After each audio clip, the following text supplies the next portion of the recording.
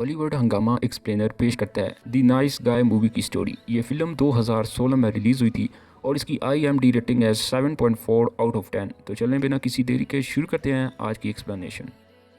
तो मूवी की शुरुआत साल 1977 लॉस एंजलिस से होता है, जहां हम एक घर में बॉबी नाम के एक छोटे लड़के को अपने फादर के कमरे से कुछ अडल्ट मैगजीन चुराते हुए देखते हैं। और जब वो मैगजीन पर बनी अडल्ट एक्टर को देख रहा होता है कि तभी इसके घर के पास एक कार आकर टकराती है, जिस पे वही लड़की थी जिसकी वो लड़का मैगजीन देख रहा था। इस लड़की का नाम मिस्टी माउंटेन होता है।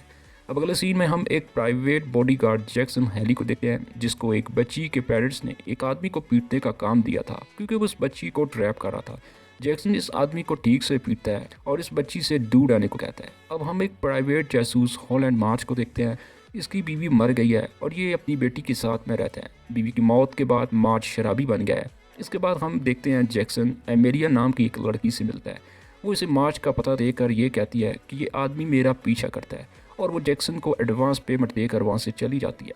अगले दिन जैक्सन मार्च के घर आकर इसे पीटता है और इसे अमेरिया से दूर रहने का कहता है। अब जैक्सन को पता था कि मार्च एक प्राइवेट जासूस है, तो इसलिए वो उसे पूछता है कि वो अमेरिया का क्यों पीछा कर रहा था। तब मार्च बताता है कि एक बूढ़ी औरत मिसेस गैलन ने इसे ऑर्डर किया था क्योंकि इसे लगता है कि इसकी भांजी मिस्टर माउंटेन जो मूवी के शुरू में ही मर गई थी, इसे इसने एक्सीडेंट के 2 दिन बाद भी जिंदा देखा था और इसने पिंक जैकेट पहनी हुई थी।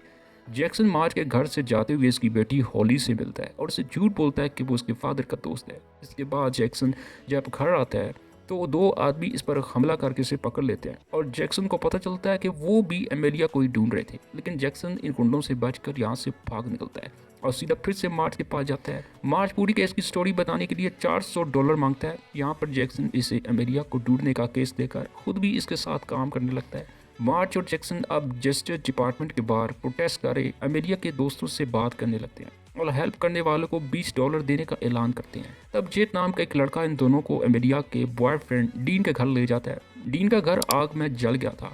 अब यहाँ पर पड़ोस का एक लड़का इन्हें बताता है कि मैं डीन को जानता था और यहाँ मिस्टी माउंटेन भी आती थी। मैंने इन दोनों को सीड नाम के एक प्रोड्यूसर से मिलते हुए देखा था।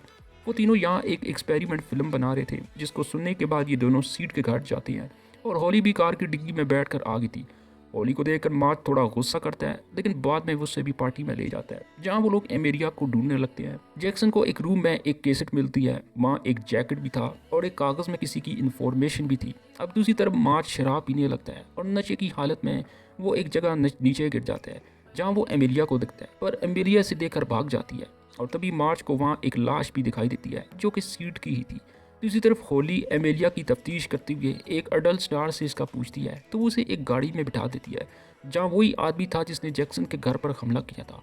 वो होली से एमेलिया के बारे में पूछता है। तभी एमेलिया बाहर खड़ी अपनी कार का वेट कर रही थी, तो वो आदमी इसे देखकर एमेलिया पर गोली चलाने लगता है, जिसका फायदा उठाते हुए होली भी एमेलिया के साथ भाग जाती है। लेकिन थोड़ा दूर भागने के बाद वो आदमी इन दोनों तक पहुंच जाता है, लेकिन तभी इसी आदमी को एक गाड़ी टक्कर कर मार देती है, जिससे वो आदमी मर जाता है। लेकिन एमेलिया वहाँ से भाग जाती है। बाद में पुलिस होली का स्टेटमेंट लेती है। जूडी कटन्स जो शहर की जस्टिस डिपार्टमेंट की हेड थी और एमेलिया की माँ भी थी, इसकी सेक्रेटरी इन दोनों को इससे मिलाने ले जाती है।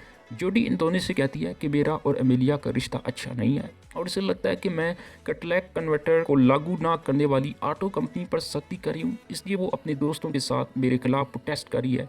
वीगस का अडल्ट माफिया इस शहर के अंदर अपना बिजनेस बढ़ाना चाहता है और उन्होंने मेरी बेटी का ब्रेन वॉश किया है। जूडी इन दोनों को एमेलिया को ढूंढने का केस देती है। अब जैक्सन को सीड के रूम से जो कागज़ मिला था, ये दोनों इस कागज़ पर लिखे गए एड्रेस पर जाते हैं जहां पर काफ़ी लोग पहले से ही मरे पड़े थे, जिसे देखकर ये वहां से खिसक जाने में ही अपनी भलाई समझते हैं।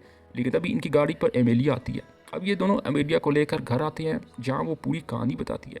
वो कहती है कि इन सब के पीछे इसकी माँ का हाथ है, इसने डीन, मिस्टी और सीड को मरवाया है। इन लोगों ने एक एक्सपेरिमेंट फिल्म की थी जिसमें वो गवर्नमेंट और ऑटो कंपनी के स्कैंडल को बताने वाले थे, पर यहाँ पर जैक्सन और मार्च एमेलिया की बातों पर यकीन नहीं करते और वहाँ से कुछ देर के लिए चले जाते हैं।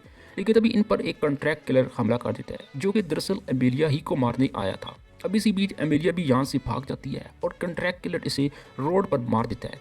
अब एमेलिया की मौत के बाद इनके पास मिस्टी की आंटी आती है जो इन्हें अपने घर ले आती है जहाँ इन्हें एक प्रोजेक्टर मिलता है, जिसका मतलब है कि इस फिल्म की कॉपी एमेलिया के पास अभी भी मौजूद थी और इसने इसे कहीं ना कहीं छुपा दिया है। इसलिए ये अगर गवर्नमेंट का पर्दाफाश करना चाहते हैं तो इन्हें इस फिल्म को ढूंढना होगा। तभी इन्हें वहाँ एक लिफाफा मिलता है जिससे इन्हें पता चलता है कि रात को एक बहुत बड़ी पार्टी होने वाली है जिसमें सारे सरकारी लोग आने वाले हैं। जिसके बाद वो रात को इस पार्टी में जाते हैं जहाँ वो फिल्म दिखाई जाती है जिसमें गवर्नमेंट और ऑटो कंपनी का पर्दाफाश किया जाता है। जिसके बाद पुलिस आकर सबको अरेस्ट कर लेती है और जूडी समेत इन सभी गवर्नमेंट के लोगों को पकड़ दिया जाता है। फिल्म के आखिर में हम देखते हैं मार्च और जैक्सन जो अब अपने एक प्राइवेट जासूस एजेंसी खोलने का फैसला करते हैं जिसका नाम था द नाइस गाय। और इसी के साथ ये मूवी यहीं पर ख़त्म हो जाती है।